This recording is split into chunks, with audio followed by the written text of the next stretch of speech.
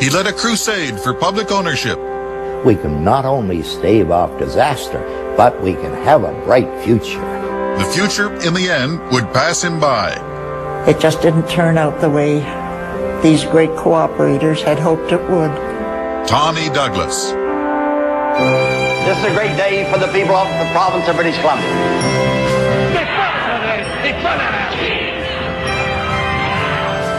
Am I just a tyrant and a Tory dictator?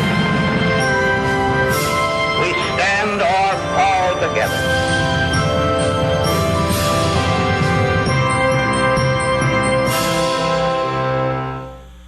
Welcome. I'm Holly Doan. He had a vision, he said. Tommy Douglas was the country's leading advocate of public ownership. Douglas aimed to make Saskatchewan, and then the whole country, a model of state planning. On the prairies, they can still argue whether he was right. We present Tommy Douglas of Saskatchewan.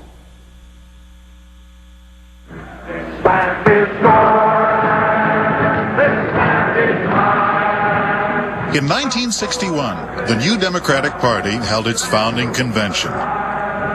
Delegates would choose a leader. The new party liked Saskatchewan Premier Tommy Douglas. My colleagues and I have established more public ownership than any government in Canada, past or present. While the expectations were that he couldn't miss. This is the greatest premier with the most forward-looking modern government in our history, and on top of that, we're getting a kind, Christian, witty human being. Combative and outspoken, Douglas had once been an amateur boxer. He said, "I've never been a pacifist." He was no saint. This was a fighter, and he was willing to fight. How much socialism will you advocate, and would you practice if given the chance? Would you socialize the steel industry, for instance? Well, when we talk about socialism or public ownership, we talk of it as part of democratic economic planning. Douglas had a way of having his way, and if you stood in his way, you'd be run over. Do you think the Canadian people are really ready for this? Not so much ready for it, are they prepared to accept it? We're people who like our freedom. I think the Canadian people know now that they haven't got very much economic freedom. I was brought up by farmers, I was brought up by independent people with their own businesses, and they wanted to make their own minds up and do their own thing. They didn't want the government telling them what to do. Douglas and his cabinet created 20 crown corporations. They cast government into everyday life as no politicians had before. In promising progress with security, their Co-Operative Commonwealth Federation aimed to create a new society. CCF President Carlisle King said, "We've established a pattern of cooperative living." It applied even to the very young. Saskatchewan children growing to school age were taught the ideals of economic cooperation. In public schools, one social studies course celebrated co-ops and credit unions. The course was called Progress Towards Social Security. There were critics. Monsignor Athol Murray, founder of Saskatchewan's Notre Dame College, condemned the CCF program on radio. I plead with you to chart your course and the course of your children, the map of their lives, and be determined that these children of yours are going to be individuals of self-determination, not state determination, self-determination, self-realization.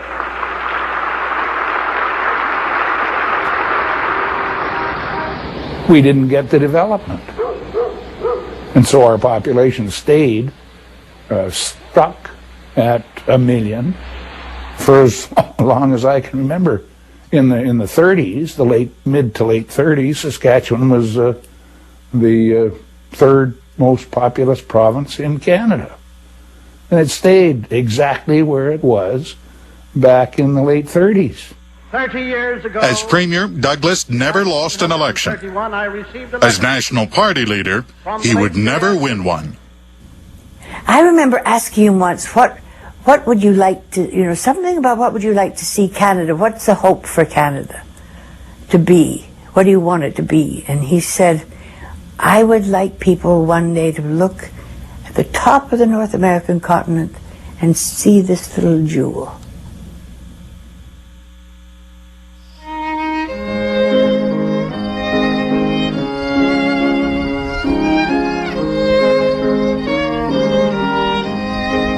Saskatchewan seemed an unlikely place for adventure. Here, Tommy Douglas sought adventure and idealism, he told a friend. Afterward, his supporters would say, it could only have happened in Saskatchewan. Douglas was a straight-ahead guy. He really believed that we could make a better world, and we could do it fairly rapidly. And if anywhere this was possible, it was possible in Saskatchewan, because these people were amenable to change, because their past had been so unpalatable. Douglas's own past was a plain upbringing in a working family. Born in Scotland, raised in Winnipeg, his family voted Labour in the old country. At Winnipeg's Vulcan Iron Works, his father was a tradesman. He was a hard man, the son recalled. My father and I argued about politics at every meal. He was sparing of praise, Douglas said. As a teenager, at 5'5", Douglas took up boxing. He was lightweight champion of Manitoba in 1922, but told a sports writer, I'm built all wrong. My arms are too short. Instead, Douglas became a journeyman printer and joined the Typesetters Brotherhood. He carried the Union card the rest of his life as a souvenir. He had another career in mind. Only an amazing creature could have had the discipline to do what he did, from the 5 years apprentice in the print shop to university for the 6 years, and paying for that by going out and preaching and doing monologues on the weekend. Douglas enrolled at a Baptist college in Brandon, Manitoba. His vocation was faith and social work. Douglas said, if people would only do as Jesus did, you'd almost have to eliminate the whole capitalist philosophy of life.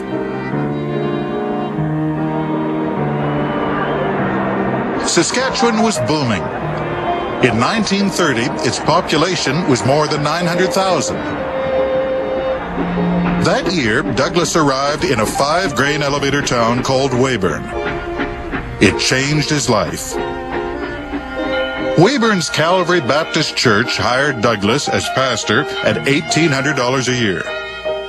It was his first experience leading a prairie congregation.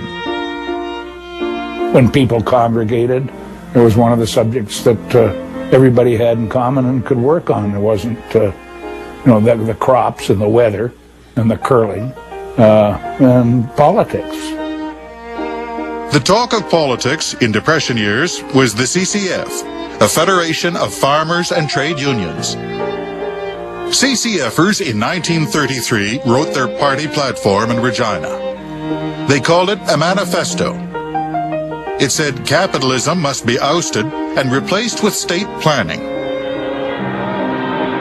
Members marched in solidarity, they said, with the working class. In Depression years, a quarter of Canadian workers were unemployed. But wait, what's this? Gates closed? No help wanted? No jobs? These are scenes of bitter memory. We can't live unto ourselves, and that was more evident in the early days than it is today. People are quite self-sufficient today, but in those days they weren't. Yes, a rich